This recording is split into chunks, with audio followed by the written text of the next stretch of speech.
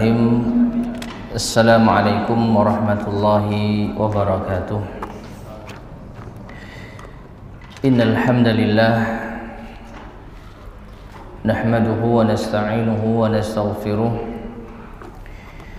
wa na'udzu billahi min shururi anfusina wa min sayyiati a'malina. Man yahdihillahu fala mudilla lahu wa man yudlil fala hadiyalah. Wa asyhadu an la ilaha illallah wahdahu la syarika lah. Wa asyhadu anna Muhammadan abduhu wa rasuluh. Allahumma salli wa sallim wa barik ala nabiyyina Muhammadin wa ala alihi wa ashabihi wa man tabi'ahum bi ihsanin ila yaumiddin wa ba'd. Ma'asyiral muslimin rahimani wa rahimakumullah. Alhamdulillah, pada kesempatan di malam hari ini kita bisa melanjutkan kembali kajian kita membahas kitab Al-Mudzakkirah At-Ta'sisiyah fil Qawaid Al-Fiqhiyah yang disusun oleh Syekh Ali bin Tini Al-Fazil hafizahullahu ta'ala. Dan pada kesempatan malam hari ini kita masuk pada tamhid, yaitu pendahuluan yang mencakup pembahasan tentang definisi kaidah fikih, kemudian perbedaan antara kaidah fikih dan usul fikih, kemudian ada lagi istilah dhabit fikih, kemudian keutamaan mempelajari kaidah fikih, dan yang terakhir awal dipelajarinya ilmu kaidah fikih.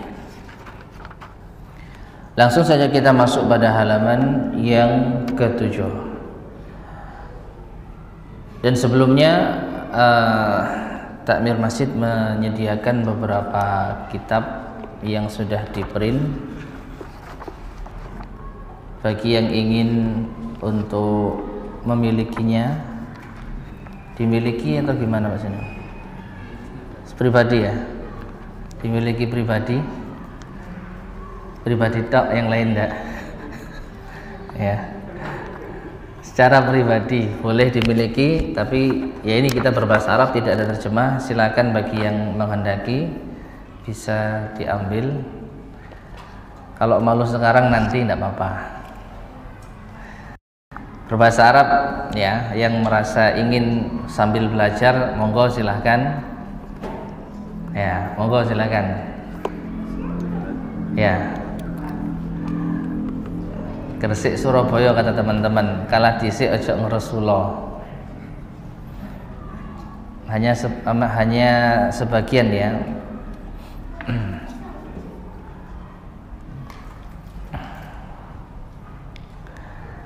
Bagi yang ingin mencetak sendiri boleh, insya Allah diperbolehkan selama tidak dengan tujuan komersil.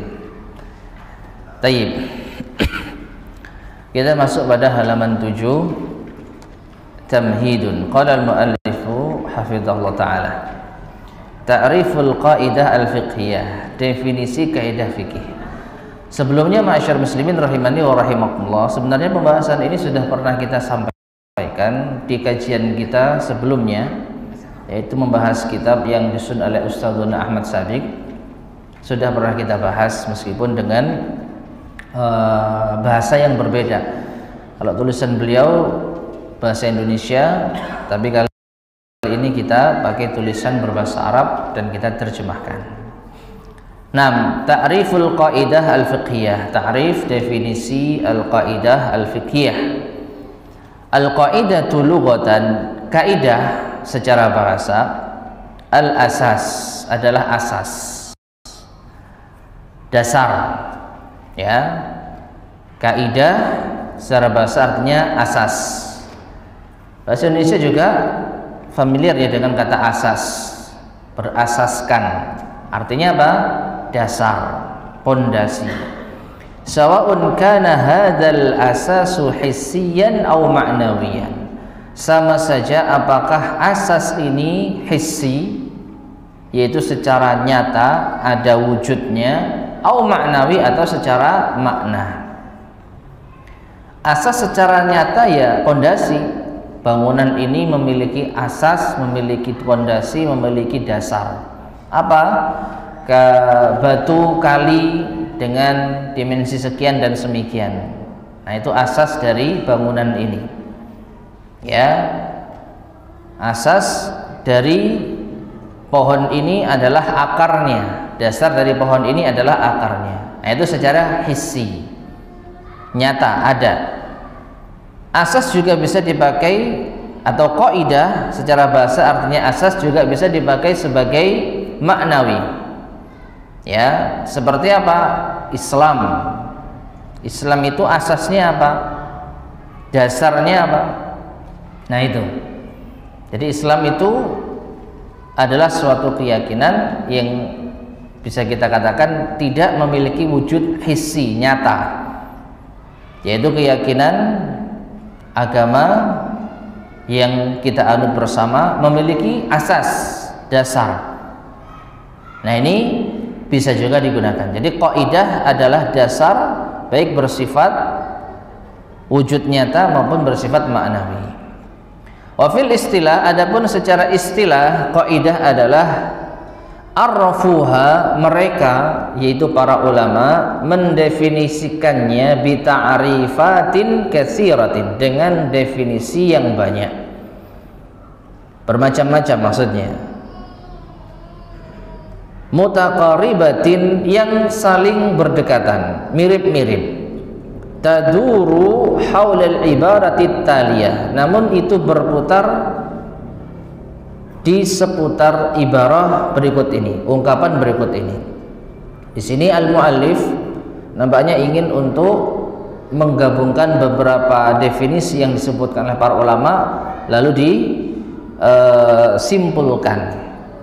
Ya, kesimpulannya kaidah fikih menurut istilah menurut beliau adalah qadhiyatun kulliyatun. Qadhiyah, permasalahan, kulliyah yang mencakup segala hal. Kullu, kita sering mendengar kata kullu, semua, segala. Qadhiyah kulliyah, permasalahan yang mencakup segala hal. Tandari tahtaha, yang berjalan di bawahnya juz'iyatun katsiratun, bagian-bagian yang banyak. Ya, bagian-bagian yang banyak. Yata'arrafu minha ahkamuha, yang dikenal darinya hukum-hukumnya. Ma'asyar muslimin rahimani wa rahimakumullah, ya ini definisi yang disebutkan oleh para ulama kita, yang mungkin sebagian kita sulit untuk memahaminya dengan tekstual. Tapi secara kesimpulannya, kaidah fikih adalah suatu permasalahan yang di bawahnya banyak juz'iyat, pembagian-pembagian yang dengannya akan diketahui hukum-hukumnya. Dan sebenarnya kalau kita membahas secara nyata, secara contoh langsung mungkin lebih mudah. Ya, seperti kaidah fikih yang masyhur, la dharara wa la dirara, tidak boleh memadaratkan diri sendiri maupun orang lain.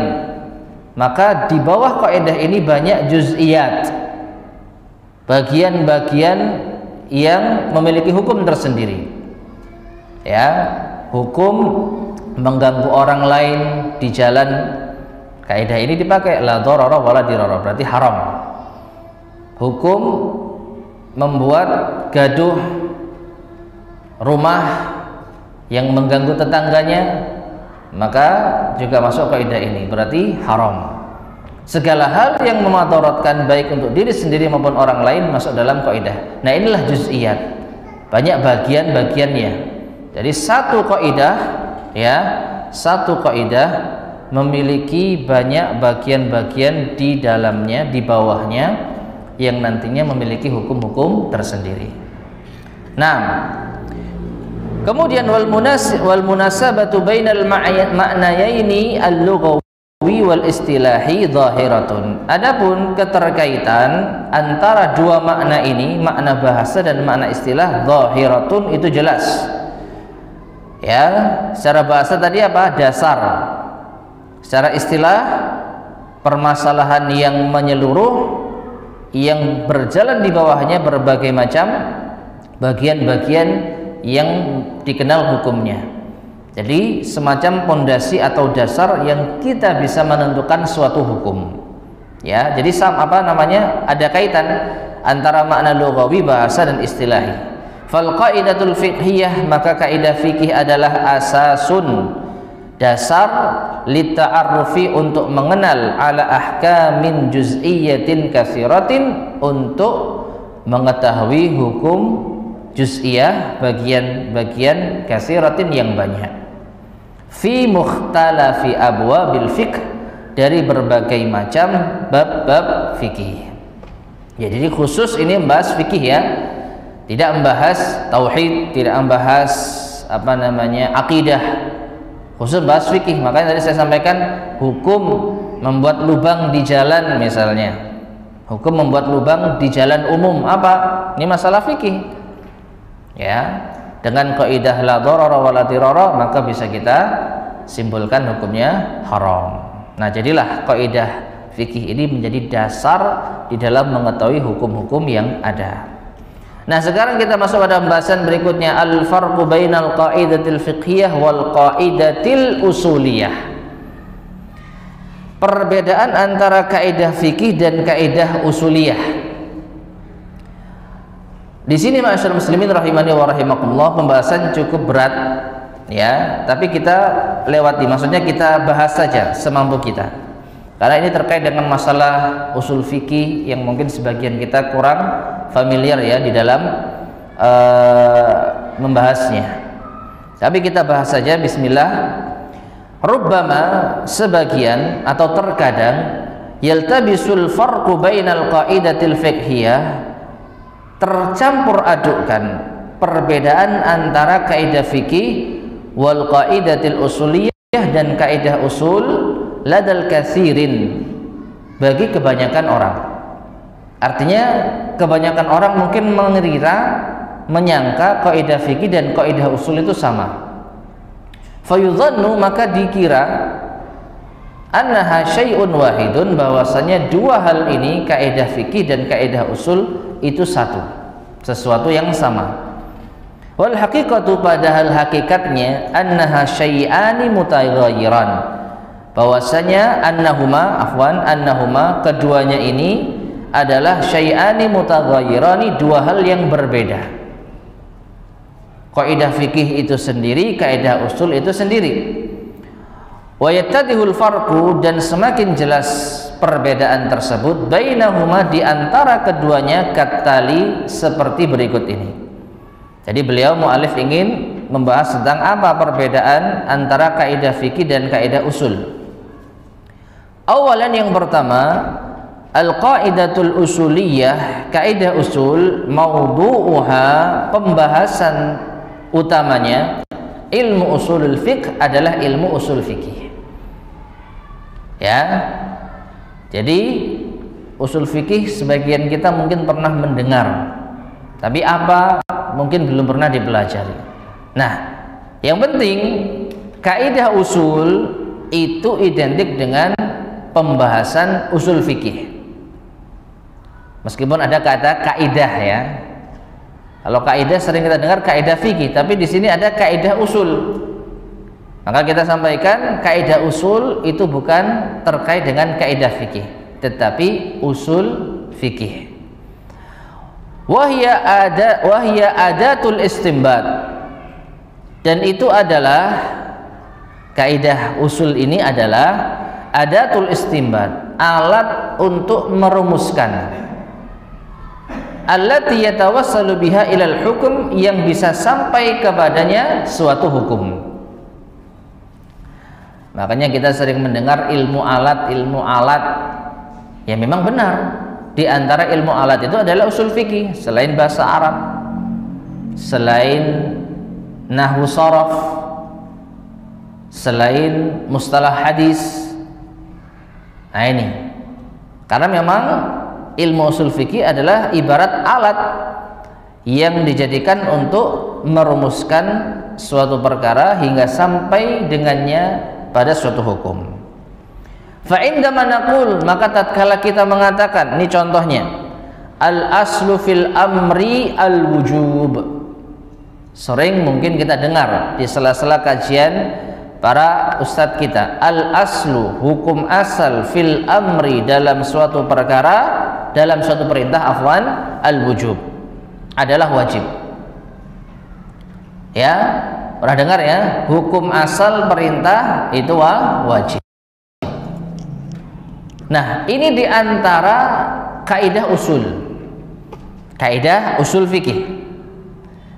Al aslu fil amri wujub bukan kaidah fikih, tapi dia kaidah usul fikih. Nah ini kama fi qaulihi ta'ala, sebagaimana di dalam firman Allah Ta'ala. Nah, ini contoh prakteknya ya, wa aqimus shalah, dalam surat Al-Baqarah ayat ke-43. Firman Allah Ta'ala, wa aqimus shalah, dan dirikanlah salat. Aqimu itu fi'il amr, kata kerja perintah. Ya, kata kerja perintah. Fal ayatu fiha amrun, perintah untuk apa? Mendirikan salat. Wal amru yufidul wujub, dan perintah itu memberi faedah wajib. Binaan alal qaidah al usuliyah, dibangun atas kaidah usul fikih tadi. Idzan, jika demikian, kesimpulan hukumnya as-salatu wajibatun, salat itu hukumnya wajib.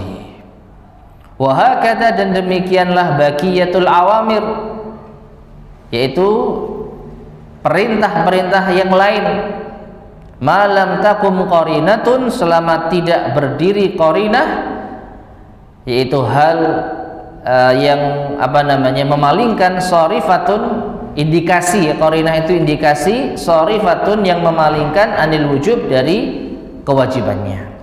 Nah ini satu contoh ma'asyiral muslimin rahimani wa rahimakumullah tentang kaidah usul. Apa? Al aslu fil amri lil wujub, hukum asal perintah itu wajib. Nah kemudian kita jumpai ada dalil-dalil di dalam Al-Quran maupun As-Sunnah yang di situ ada perintah. Contohnya Allah memerintahkan wa aqimus shalah, dan dirikanlah salat. Nah sekarang apa hukum salat? Apa hukum salat? Berdasarkan perintah yang ada pada ayat ini, dan perintah itu secara asal menurut kaidah usul fikih adalah wajib, maka kesimpulannya salat itu hukumnya wajib. Dan ini pembahasan usul fikih, sekali lagi bukan kaidah fikih. Ya. Lalu kita apa?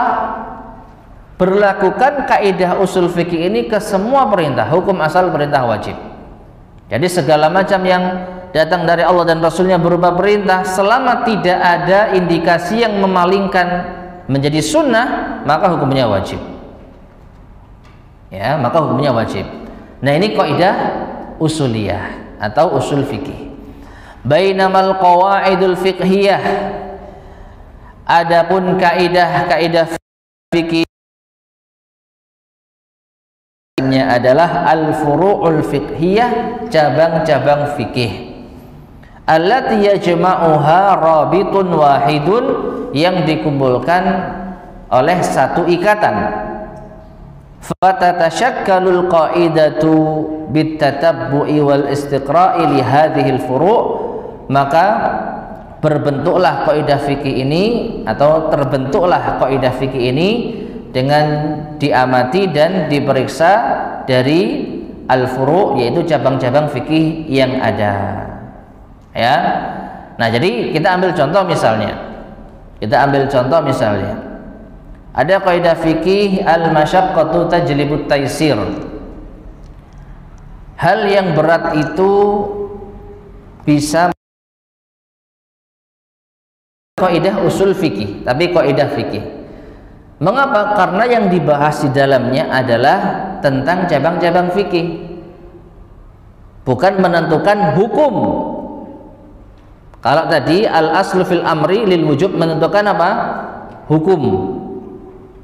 Dengan kaidah usul fikih, hukum asal perintah wajib, di dalam Al-Quran terdapat perintah sholat, maka sholat hukumnya wajib. Itu usul fikih. Tapi kalau kaidah dari kaidah al-masyaqqatu tajlibut taisir, segala hal yang memberatkan bisa mendatangkan kemudahan. Maka segala hal yang masuk dalam kaidah ini itu bisa menjadi mudah. Contohnya apa? Tayamum. Ini berdasarkan termasuk juga kaidah fikih. Hukum asal seseorang sholat itu harus berwudu, kan begitu. Tapi kalau tidak ada air, bisa apa? Tayamum. Nah, perpindahan dari wudu ke tayamum ini berdasarkan kaidah fikih al-masyaqqatu tajlibut taysir. Karena kesulitan mencari air, karena sakit tidak bisa menggunakan air, maka diperbolehkan baginya untuk tayamum. Dan ini adalah kesulitan yang membawa kepada kemudahan. Atau contoh lagi apa? Sholat dalam kondisi duduk. Nah, lagi-lagi apa pembahasannya cabang? Tayamum, toharoh, sholat dalam keadaan duduk. Bukan menentukan hukum suatu ibadah. Apa hukumnya sholat? Apa hukumnya ini? Apa hukumnya itu? Bukan, itu masalah usul fikih. Ya. Tapi kalau cabang-cabang yang ada di bawahnya, perincian dalam masalah toharoh, perincian dalam masalah bersuci, ini baru kaidah fikih. Nah, orang yang tidak mampu sholat berdiri, maka dia boleh sholat apa? Duduk. Ya, sholli qa'iman fa illam tasati fa qa'idan. Sholatlah dengan berdiri, jika tidak mampu maka dengan duduk. Nah, dari dalil tadi maka bisa dirumuskan untuk mendukung kaidah al-masyaqqatu tajlibut taysir. Hal yang menyulitkan, memberatkan itu bisa mendatangkan kemudahan. Nah, dari sini maka segala hal yang sulit bisa dipermudah dengan solusi yang lain. Ya, jadilah kaidah ini diamalkan di setiap kondisi yang sama persis. Nah, ini yang pertama. Jadi perbedaan yang pertama. Kalau kaidah fikih atau kaidah usuliyah tadi sudah kita bahas, yaitu tentang alat yang digunakan untuk merumuskan suatu hukum, sedangkan kaidah fikih adalah cabangnya. Nah, sanian yang kedua, al-qawaid al-usuliyah, perbedaan antara kaidah usuliyah, kulliyatun adalah kulliyah. Jadi dia itu sifatnya menyeluruh. Tandariju tahtaha kullu juz'iyatiha, yang berjalan di bawahnya setiap bagian-bagiannya. Bainamal qawaidul fiqhiyah, adapun kaidah fikih maka aglabiyatun itu secara aglab. Aglab itu apa ya? Keumuman. Lil istisnaat, dan memungkinkan adanya pengecualian-pengecualian allati taridu 'alaiha, yang mungkin dijumpai atasnya. Untuk yang nomor 2 ini, ma'asyar muslimin rahimani wa rahimakumullah, wallahu a'lam bishawab, sebenarnya ada sedikit perbedaan maupun persamaan dari sisi ini. Beliau mengatakan kalau kaidah usul fikih itu ada atau sifatnya menyeluruh, yang apa namanya berjalan di bawahnya setiap bagian-bagiannya. Dalam artian bisa dikatakan sifatnya itu mutlak. Kaidah usul fikih al-amru al-aslu fil amr al-wujub ini pokoknya seperti itu. Hukum asal perintah itu wajib, hukum asal ya. Jadi semua perintah itu berlaku dengan adanya kaidah usul fikih ini. Semua perintah di dalam Al-Quran bisa kita berlakukan kaidah usul fikih ini. Ini perintah, apa hukumnya? Al-asl fil amril wujub. Ya, ada potensi dia ini wajib kecuali ada indikasi yang memalingkan. Oh, ternyata dalam hadis disebutkan kalau hal ini pernah tapi setiap dalil perintah itu berpotensi menjadi wajib, menunjukkan kaidah ini sifatnya menyeluruh, tidak ada pengecualian. Semua perintah dihukumi secara asal apa? Wajib. Tapi kalau kaidah fikih ini hukumnya atau ini cakupannya tidak menyeluruh tapi aglabiyah, kebanyakan, ya, yang mana ada kemungkinan pengecualian darinya. Dan di sini al-mu'allif menyebutkan unzur ala sabilil misal al-istisna'at ala al-qaidatil ula safha sadisata asyar. Ada contoh-contoh pengecualian dari kaidah yang pertama di halaman 16. Jadi kaidah yang pertama itu berbunyi al-umuru bimaqasidiha. Ya, al-umuru bimaqasidiha, segala perkara itu sesuai dengan maksud dan niatnya. Nah, ternyata dalam kaidah ini ada pengecualian. Tidak berlaku kaidah ini pada beberapa perkara. Perhatikan ya. Berbeda dengan kaidah usul fikih tadi. Kalau kaidah usul fikih tadi semua dalil tentang perintah itu bisa diberlakukan kaidah usul fikih al-aslu fil amri lil wujub. Segala perintah hukum asalnya wajib. Menjadi tidak wajib itu kalau ada indikasi lain. Seperti hadis ternyata menjelaskan kalau Nabi ternyata pernah meninggalkan. Kalau ternyata sahabat pernah meninggalkan tidak ditegur, berarti perintah ini terpalingkan hukumnya dari wajib menjadi sunnah. Tapi secara asal setiap perintah di dalam nas Quran maupun sunnah itu dihukumi wajib. Beda dengan kaidah fikih. Kalau kaidah fikih ternyata ada pengecualiannya. Permasalahan ini tidak masuk kaidah. Ya, padahal tidak ada hal yang memalingkan. Kenapa tidak masuk kaidah? Nanti akan kita terangkan insyaallah subhanahu wa ta'ala. Ya, jadi perbedaan yang kedua adalah seperti itu.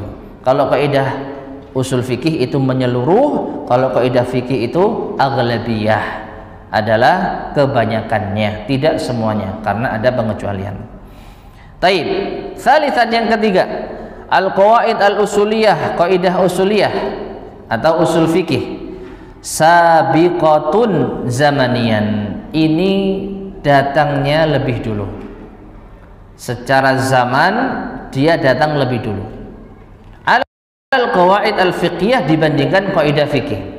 Maksudnya kalau kita lihat literatur ilmu Islam, ilmu usul fikih itu ada lebih dahulu dibandingkan ilmu kaidah fikih. Nah, dari sini maka tidak sama kaidah fikih sendiri, usul fikih sendiri. Fal'ula, maka yang pertama, maksudnya era pertama usul fikih itu kanat muhtamiratan. Dia itu apa? Muhtamiratan, terbungkus fi adhani sahabah, di dalam pikiran para sahabat. Wa tabbaquha amalian, dan mereka mengamalkannya, maka menerapkannya secara amal perbuatan. Wa illam tudawwan ka ilmin illa lahiqan, meskipun tidak disusun seperti ilmu-ilmu yang lain kecuali belakangan saja. Artinya begini, ma'asyal muslimin rahimani wa rahimakumullah. Usul fikih itu intinya sudah dikenal oleh para sahabat, meskipun dulu belum dirumuskan dalam tulisan, meskipun dulu belum disebutkan kaidah usulnya. Seperti tadi, nggak ada sahabat mengatakan al aslu fil amri lil wujub, nggak ada. Ya, kaidah usul fikih al aslu fil amri lil wujub datangnya belakangan. Tetapi pengamalan tentang kaidah usul fikih ini sudah ada sejak zaman sahabat. Ini maksudnya. Jadi pemikiran usul fikih itu sudah ada pada diri para sahabat secara amal perbuatan, meskipun belum disusun dalam bentuk tulisan. Kama qala Abdullah ibn Mas'ud radhiyallahu anhu, seperti perkataan Abdullah bin Mas'ud radhiyallahu anhu fi iddatil hamil, tentang iddahnya wanita hamil al mutawaffa anha zaujuha, yang ditinggal mati suaminya. Kata Ibnu Mas'ud, inna iddataha biwad'il hamli, sesungguhnya iddahnya wanita hamil itu selesai ketika dia melahirkan. Ketika dia apa? Melahirkan. Mustadilan biqaulihi ta'ala, berdalil dengan firman Allah Ta'ala dalam surat At-Talaq ayat yang keempat, wa ulatul ahmali ajaluhunna ayyada'na hamlahun, dan wanita-wanita yang hamil ajal mereka, yaitu iddah mereka, berakhir ketika mereka melahirkan kandungan mereka. Ya, jadi wanita hamil iddahnya menurut Ibnu Mas'ud adalah setelah ia melahirkan, berdasarkan ayat ini. Wa yaqul, lalu beliau berkata, asyhadu, aku bersaksi, anna surat An-Nisa as-sughra, bahwasanya surat An-Nisa yang kecil, nazalat ba'da suratin Nisa'il kubra, itu turun setelah surat An-Nisa yang besar. Surat An-Nisa yang kecil itu surat At-Talaq. Surat An-Nisa yang besar itu surat Al-Baqarah. Ya, yaqsidu anna surat At-Talaq, yang beliau maksud bahwasanya surat At-Talaq nazalat ba'da suratil Baqarah, itu turun setelah surat Al-Baqarah. Wa huwa yushiru,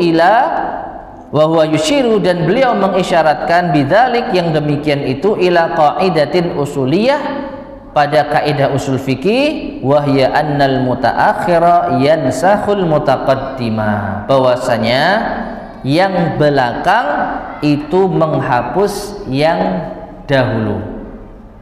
Ada kaidah dalam usul fikih, nasikh dan mansukh.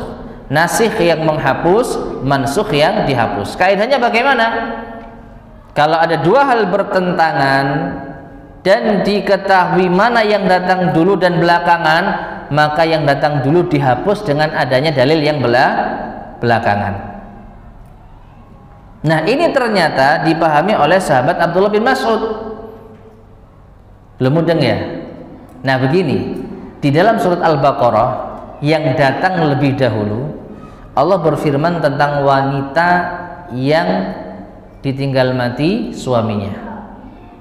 Allah berfirman, walladzina yatawaffawna minkum wa yadharuna azwaja yatarabbasna bi anfusihinna arba'ata ashhuri wa ashra.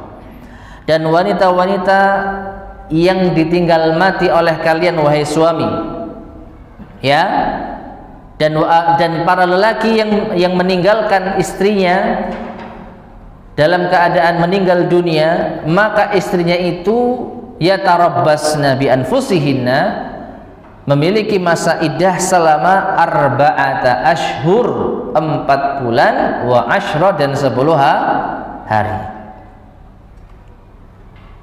Nah, dari sini maka ketika ayat ini turun, surat Al-Baqarah ayat yang ke-232 ini turun, nggak ada di kitab karena saya tambahin sendiri keterangannya. Ketika ayat ini turun, maka wanita yang ditinggal mati suaminya iddahnya 4 bulan 10 hari. Dan ini mengisyaratkan semua sama, mau wanita itu masih muda, mau sudah tua, mau sedang hamil, mau baru melahirkan, pokoknya iddahnya berapa? 4 bulan 10 hari. Namun ternyata belakangan turun ayat yang lain dalam surat At-Talaq yang dikenal dengan An-Nisa As-Sughra. As-Sughra itu artinya apa? Kecil. Surat An-Nisa yang kecil, miniaturnya An-Nisa, mungkin begitu ya. Kalau An-Nisa yang besar itu Al-Baqarah, An-Nisa yang kecil At-Talaq. Karena At-Talaq banyak berhubungan dengan hukum-hukum seputar wanita, khususnya dalam masalah talak.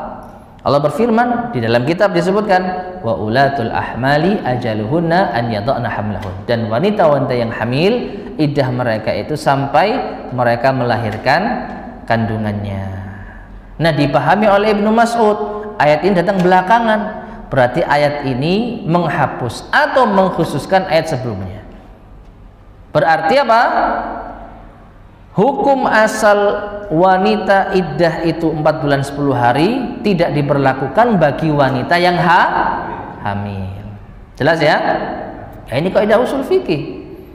Kalau seandainya tidak memahami kaidah usul fikih, mungkin Abdullah bin Mas'ud akan bingung, mana ini yang benar ayatnya?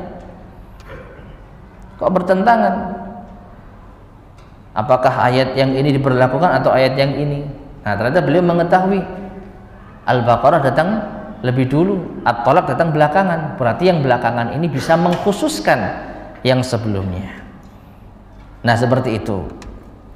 Kemudian wasrahu min dzalik, dan yang lebih tegas daripada itu,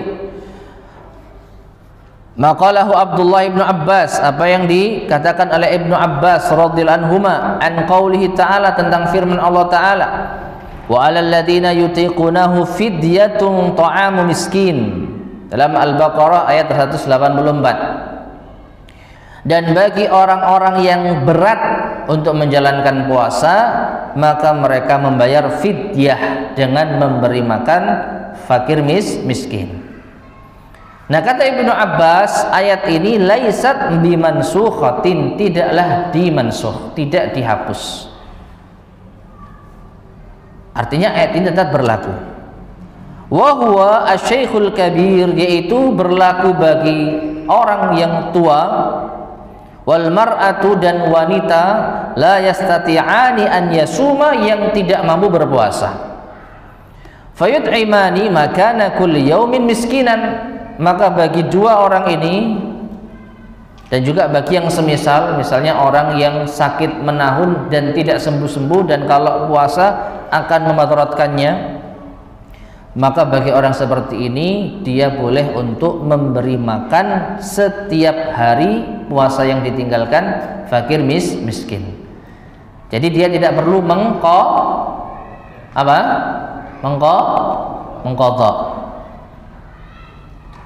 Dia tidak perlu mengqadha berdasarkan ayat ini menurut Ibnu Abbas. Ya. Wa kadzalika, dan demikian pula maqalahu Salamah ibnul Aqwa, apa yang dikatakan oleh Salamah bin al-Aqwa radhiyallahu anhu, lamma nazalat hadhil ayah, dan ketika ayat ini turun, wa 'alal ladzina yutiqunahu fidyatun ta'amu miskin, dan bagi orang-orang yang berat untuk menjalankan puasa, maka mereka membayar fidyah, memberi makan orang miskin. Kana man arada an yuftira wa yaftadi hatta nazalatil ayatil lati ba'daha fanasakhatha. Nah, ini menurut Salamah bin al-Aqwa. Ayat yang tadi Al-Baqarah 184 berlaku bagi orang yang dia berbuka sehingga membayar fidyah. Artinya dia apa? Orang yang berat menjalankan puasa sehingga dia diharuskan membayar apa? Fidyah. Hatta sampai nazalat, turun ayat allati ba'daha, yang setelahnya, fanasakhatha, sehingga ini menghapusnya. Ayat yang setelahnya, ma'asyiral muslimin rahimani wa rahimakumullah, adalah ayat faman syahida minkumus syahra falyasum faman kana maridun wa man kana maridun aw ala safarin fa'iddatun min ayamin ukhra. Barang siapa di antara kalian yang menyaksikan bulan Ramadan, hendaknya ia berpuasa, dan barang siapa yang sakit atau safar, maka dia mengganti di hari yang lain. Jadi begini, ayat orang yang tidak mampu puasa, berat melaksanakan puasa, itu ada dua. Ayat yang pertama membayar fidyah tanpa mengqadha. Ayat yang kedua, iddatun min ayamin ukhra, mengqadha di lain waktu. Nah, mana yang kita berlakukan? Ibnu Abbas berpendapat dua-duanya diberlakukan. Tidak ada yang dinasih dan dimansuh. Tidak ada yang menasakh dan dimansuh. Dua-duanya diberlakukan bagaimana? Ayat yang faman kana maridun wa man kana maridun aw ala safar, ini berlaku bagi orang yang sakit dan bisa sembuh atau diharapkan kesembuhannya, atau orang yang sedang safar nanti akan kembali lagi. Jadi mereka kalau nggak puasa saat itu nanti harus ganti di lain. Nah, sedangkan ayat yang tadi dibahas dalam kitab kita, wa 'alal ladzina yutiqunahu, ini berlaku tetap bagi siapa? Bagi orang tua yang sudah tidak mampu puasa lagi, bagi wanita yang sudah tidak kuat puasa lagi. Jadi mereka tidak diharuskan mengqadha. Ini menurut siapa? Abdullah bin Abbas berpendapat tidak ada nasikh mansukh. Beda dengan Salamah bin Al-Aqwa. Salamah bin Al-Aqwa berpendapat ayat ini wa 'alal ladzina yutiqunahu, bagi orang-orang yang berat menjalankan puasa, fidyah, membayar fidyah, memberi makan orang miskin, sudah nggak berlaku. Kenapa? Karena datang ayat setelahnya. Bagi yang tidak mampu puasa, hendaknya dia mengganti di lain apa? Hari. Nah, dari sini maka menurut pendapat Salamah bin Al-Aqwa nggak ada fidyah. Ya ada fidyah. Kalau orang nggak mampu puasa, pokoknya dia masih punya utang. Nah, berat. Sedangkan Ibnu Abbas memahami menurut kaidah fikih nasikh mansukh nggak berlaku di sini. Kenapa? Karena di antara syarat nasikh mansukh itu dua hukum atau dua ayat yang ada saling bertentangan, saling kontradiksi, tidak mungkin untuk dijamak. Sedangkan masih ada celah untuk menjamak dua ayat ini. Gimana cara jamaknya? Ya tadi, ayat membayar fidyah ini bisa diterapkan pada siapa? Orang tua yang sudah nggak mampu puasa, wanita yang sudah tidak mampu puasa, orang sakit tahunan yang tidak ada potensi sembuhnya, maka mereka tidak puasa, cukup membayar fidyah. Sedangkan ayat setelahnya, barang siapa yang sakit atau safar mengganti di lain hari, ini bagi orang sakit yang masih ada kesempatan sembuh, ya, dan musafir yang nanti akan kembali ke tempatnya. Nah, ini perhatikan ma'asyiral muslimin rahimani wa rahimakumullah, ya.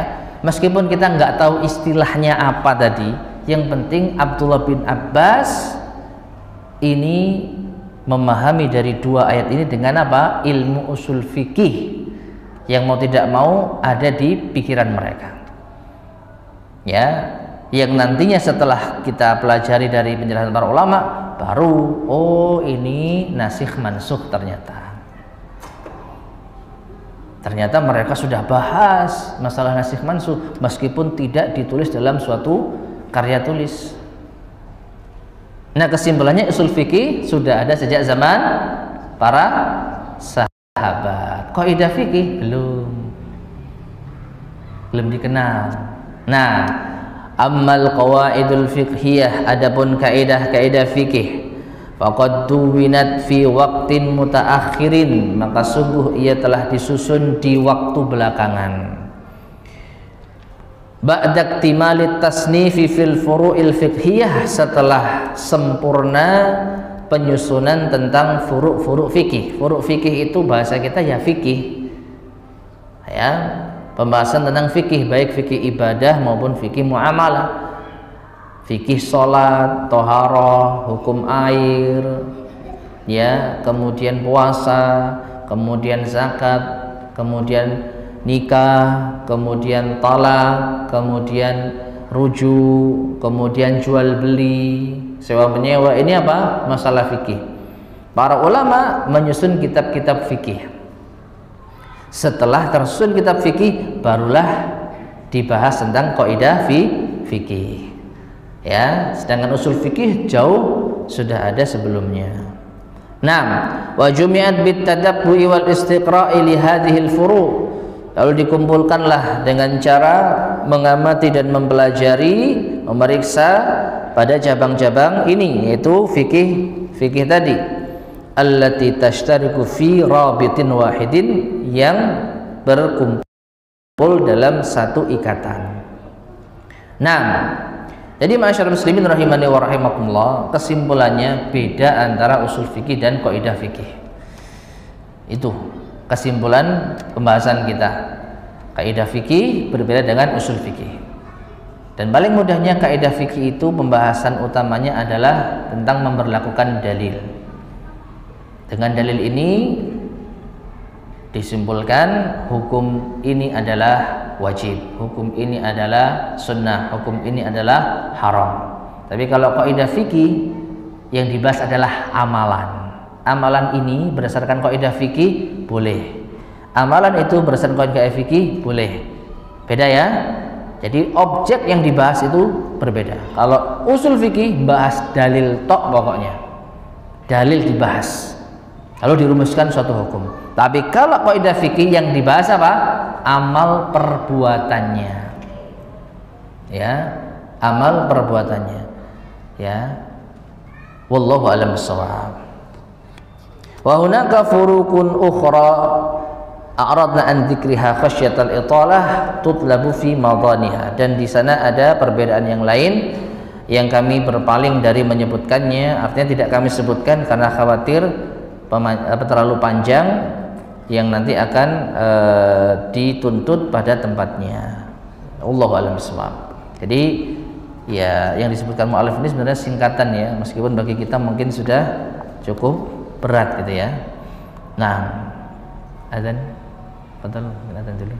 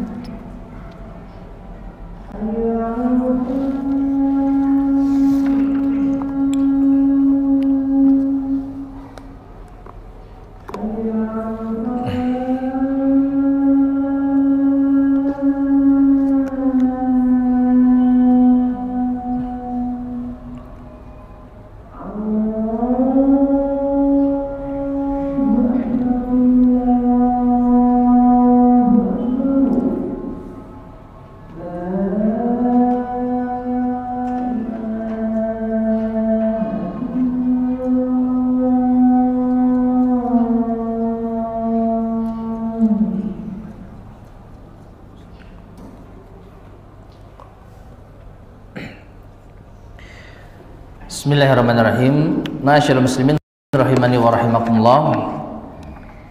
Sekalian saja kita lanjutkan karena biar sekalian mumetnya ya. Bahas beda kaidah fikih, usul fikih. Ini soalnya ada lagi dhabit fikih. Karena setelahnya ini insyaallah agak ringan. Pentingnya kaidah fikih ini agak ringan ya. Tapi kalau masalah istilah-istilah kaidah fikih, usul fikih, kemudian lagi-lagi dhabit fikih, maka ini mungkin agak berat. Nah, sekaligus saja biar nanti besok kita tinggal ringannya. Kita lanjutkan. Ma huwa dhabitul fiqhi? Apa itu dhabit fikih? Ya. Idza ikhtassatil qaidatul fiqhiyah, apabila ada kaidah fikih yang khusus membahas bibabin muayyanin, bab tertentu, fa innaha maka sesungguhnya ia tusamma dhabitan fiqhiyan, dinamakan dhabit fikih. Kita kenal usul fikih, kita kenal kaidah fikih, kita kenal dhabit fikih. Nah, dhabit fikih ini apa? Dhabit fikih ini turunan dari kaidah fikih. Jadi kita sudah lepas dari usul fikih. Usul fikih sudah kita lepas. Nah, sekarang dhabit fikih. Ya, kesimpulannya dhabit fikih ini turunan dari kaidah fikih. Kalau kaidah fikih itu umum, dari setiap atau dari semua pembahasan bisa masuk, tapi kalau dhabit fikih itu hanya satu pembahasan. Kaqaulihim, seperti ucapan mereka para ulama fi babi sujudis sahwi, tentang bab sujud sahwi. Lihat, hanya membahas tentang sujud sahwi. Sujudus sahwi lima yubtilu amduhu wajibun. Ya, sujudus sahwi lima yubtilu amduhu wajibun. Sujud sahwi itu adalah ketika sengajanya yaitu membatalkan, ya, amduhu yang sengaja itu yubtilu membatalkan, wajibun hukumnya wajib. Nah, terlepas dari makna yang terkandung di dalamnya, intinya ada kaidah yang disebutkan dalam bab sujud sahwi. Fahadihi khasatun bihadal bab walaysat qaidatan ammah. Maka ini hanya khusus di bab sujud sahwi saja, bukan berlaku pada kaidah umum. Ya, yang namanya sujud sahwi itu hanya berlaku ketika dia lupa. Kalau enggak lupa alias sengaja, maka tidak berlaku sujud sahwi alias sholatnya batal. Perhatikan, jadi sujud sahwi ini disyariatkan hanya ketika lupa. Itu pembahasan intinya. Kalau ada orang sholat lupa tidak melakukan ini dan melakukan itu, maka dia melakukan sujud sahwi. Kalau sengaja, maka tidak perlu sujud sahwi karena sholatnya sendiri batal. Nah, kaidah ini hanya ada pada sujud sahwi, tidak ada pada thaharah dan lain sebagainya. Wa kaqaulihim, contoh yang lain fi kitabil waqfi, tentang kitab wakaf.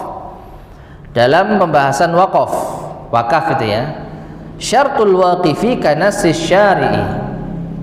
Syarat dari pewakaf itu seperti nas dari pemilik syariat, yaitu Allah dan Rasulnya.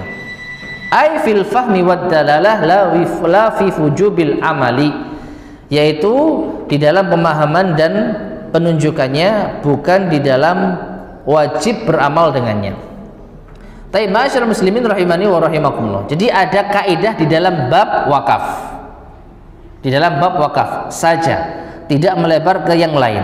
Nah, kaidah ini disebut dhabit, bukan kaidah. Kalau disebut kaidah fikih salah atau kurang tepat.